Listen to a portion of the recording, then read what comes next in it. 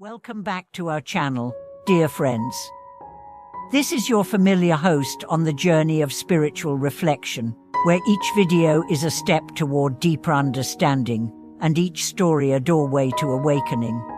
Today's topic might stir your heart, challenge your views, and illuminate a wisdom you may have long sensed but never fully grasped. We are diving into a profound paradox that has intrigued seekers and scholars for centuries. On one hand, the Lotus Sutra encourages us to be diligent, to sweep away the dust of the mind constantly. Always sweep diligently, do not let dust settle. Upon the other hand, the Pratform Sutra, through the awakened words of the sixth patriarch Qigong, tells us, originally, there is not a single thing where can dust alight. These teachings seem contradictory. Should we work hard to purify our minds, or should we realize there's nothing to purify in the first place? Is spiritual progress about effort, or about awakening to what has always been?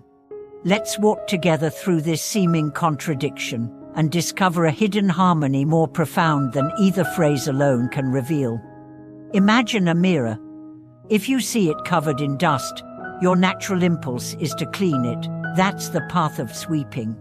You recognize your defilement as anger, greed, ignorance, and work to overcome them. You meditate, you chant, you reflect, you restrain your actions, and correct your speech. This is the path of effort, of cultivating virtue and clarity. Now imagine someone telling you, there is no dust, the mirror was always clean. That's the path of direct insight, of sudden realization. It doesn't deny the experience of dust, it reveals that the dust only appears because of a false perspective. In truth, the dust never really stained the mirror, it was never yours to begin with. These are not two opposing philosophies.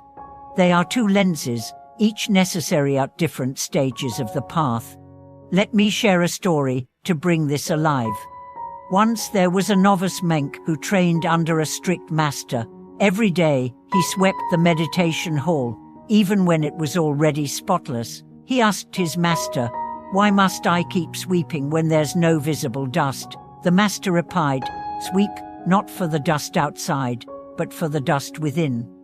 Years later, after deep practice and a moment of awakening, the monk exclaimed, "There never was any dust at all." He laughed, and in that laughter, there was clarity. So, what changed? The whole didn't change. The world didn't change. His view changed. This is the crux of the teaching. When we begin the path, we must sweep. We must practice. We must purify. The world feels dusty. Our hearts feel burdened. Our thoughts are chaotic. Our desires strong. Our doubts overwhelming.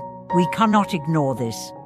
To say there is no dust before we have seen through illusion is like saying I'm already healthy while ignoring an infection.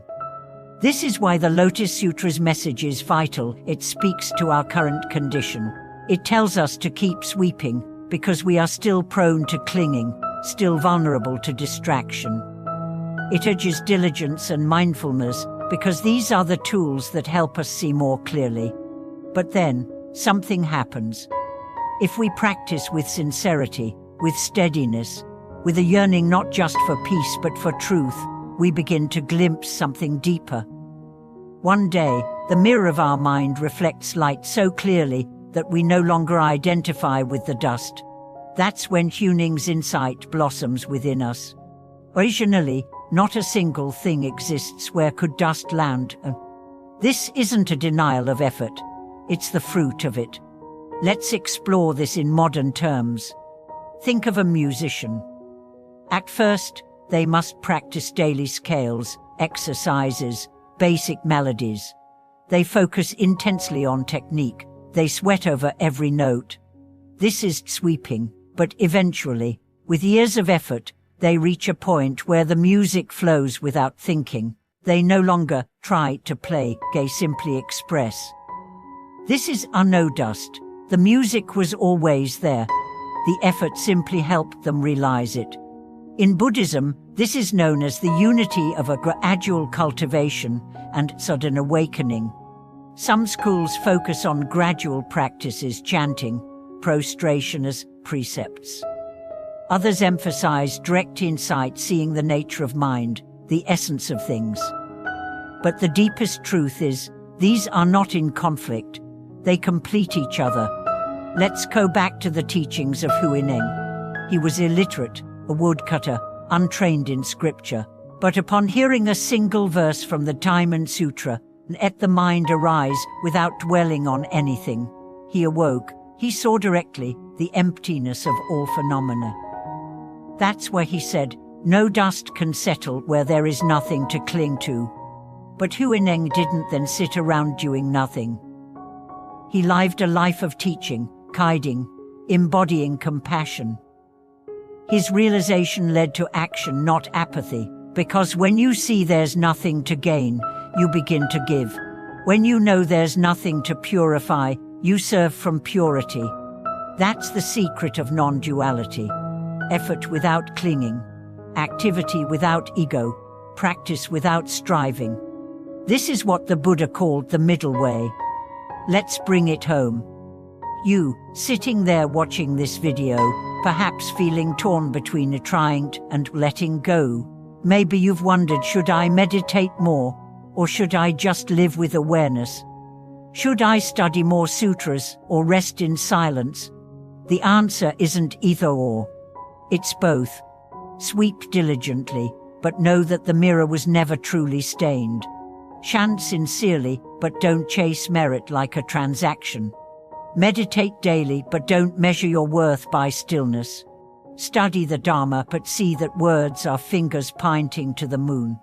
Serve others, but do not bind yourself to their gratitude. Live with care, but do not fear making mistakes. When you find this rhythm, effort without ego, discipline without rigidity, wisdom without pride, you will discover a freedom deeper than belief, broader than practice. You'll see that dust and clarity were both illusions, dancing within your own mind. And in that seeing, you'll laugh. Just as Huineng laughed. Just as the Buddha smiled when a flower was lifted and only Mahakayaswapa understood. Let me offer you one more image. Imagine a garden. You water it daily, pull the weeds, range the stones, plant the seeds. This is effort, this is sweeping. But one day, you sit in that garden, and a breeze moves through, the flowers sway, the sunlight dances on dew, and you realize the garden was never separate from you. It was always a reflection of your heart. And in that moment, you stop trying. You simply are. This is the path. This is the point of both sutras, not contradiction, completion. So let's not argue which is superior, sweeping or realizing no dust. Let's embrace both. Let's sweep until we see that there was nothing to sweep. Let's practice until we realize that practice was a mirror. Let's live our lives not in tension between effort and freedom, but in the dance between them. Thank you so much for joining me on this exploration. If today's journey opened something in you, even just a crack, I invite you to step through, to walk this path not with anxiety, but with curiosity. Not with fear, but with joy. If you found this video meaningful, share it. Leave your thoughts in the comments. Let's talk, let's question, let's grow together. And of course, subscribe if you haven't already. There's so much more to explore. Thank you for watching this video. May your practice be grounded in wisdom, and your wisdom be softened by compassion. Until next time, may your mirror shine with the light that was never absent.